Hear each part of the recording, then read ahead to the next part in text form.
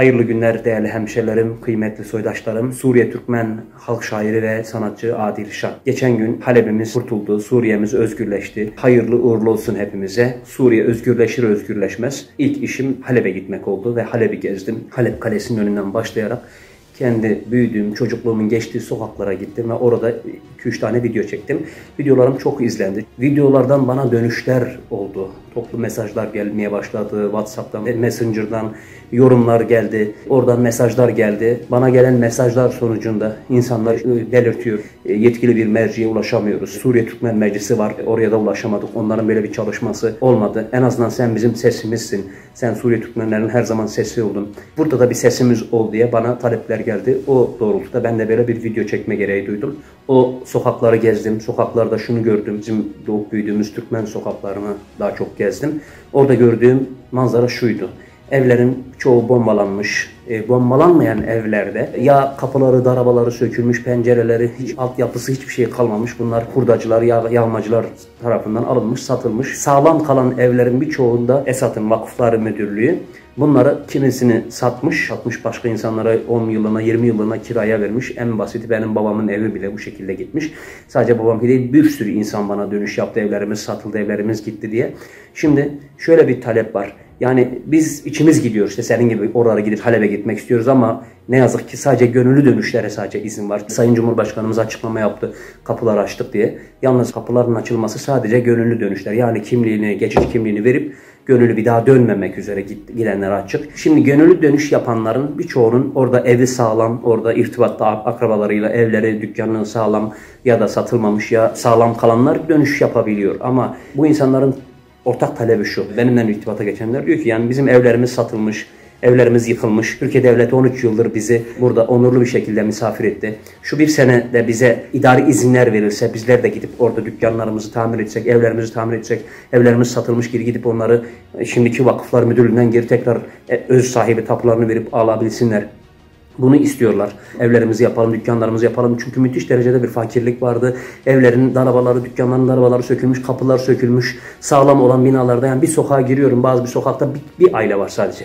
Onu da gidip sorduğun zaman ya o evi satın almış birinden, ya Vakıflar Müdürlüğü'nden satın almış ya da gelmiş o eve çökmüş. Şimdi bütün mahallelerimiz bu şekildeydi. Çöp yığını, bütün mahalleler, sokaklar eşilmiş. Ne tüp var, ne fırınlar çalışıyor. Yani bu insanlar gitmek istese ya da bir göndermek istesek sudan çıkmış balık gibi olacak. Oraya gittiği zaman hiçbir türlü altyapı yoktur. En azından bu insanların ortak talebi şu. Bizlere bir idari izin verilse, özellikle Göç İdaresi, Antep, Kilis, Urfa, Hatay valilikleri idari izin verirse, buradaki insanlar peyderpey gidip oradaki işlerini yoluna soksa, evlerini düzenlese, dükkanını açsa, evini gidip yağmacılardan alsa ya da yeni vakıflardan gidip tekrar satın alsa. Buna benzer talepler var. Çünkü dediğim gibi yani yaşanılacak durum değil. Videolarda anlattım. Yani sokaklar temiz olan sokaklar var, bombalanmayan sokaklar da var. Ama tamamıyla bombalanmış sokaklar var. Benim kardeşlerimin evleri komple, o mahalleyi komple kepçeye vermiş, yerle bir etmiştir. Şimdi bu insanlar döndü diyelim ki gidecek, kalacak bir evi, bir barkı yoktur. O yüzden bunu devlet büyüklerimize istirham ediyoruz. Çünkü dediğim gibi bu benim kendi şahsi isteğim değil. Bir de şu var. Burada Türkiye'de yıllardan beri burada dükkan açmış küçük esnaflı ya da fabrikalar açmış, büyük fabrikalar açanlar var. Bu insanlar yarın fabrikasını götürebilecek mi? Dükkanını götürebilecek mi? Bununla ilgili herhangi bir açıklama yapılacak mı? Devletimiz bu konuda bir kolaylık sağlayacak mı? Bunları da merak ediyor insanlar. Yani devletimiz muhakkak, Türkiye Cumhuriyeti muhakkak bununla ilgili bir kural vardır, yasa vardır ya da aldığı kararlar vardır ya da hayata geçireceği planları vardır.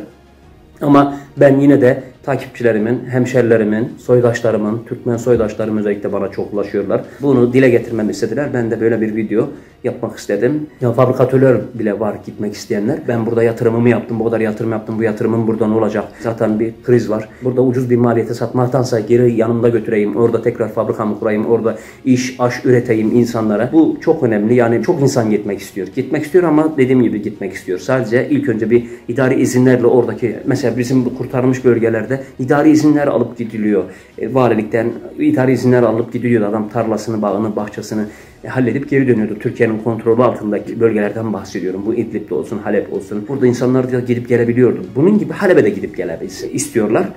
O yüzden bu videoyu çekmek istedim. Sizler de değerli takipçilerim, değerli hemşerilerim bu videomu olabildiğince paylaşın ki sesimiz devlet büyüklerimize ulaşsın. Şimdiden verilecek izinler ya da alınacak kararlar için devletimize, ana vatanımıza teşekkür ederim. Devlet büyüklerimize sesimizi duyurmak istedik. Allah'a emanet olun efendim.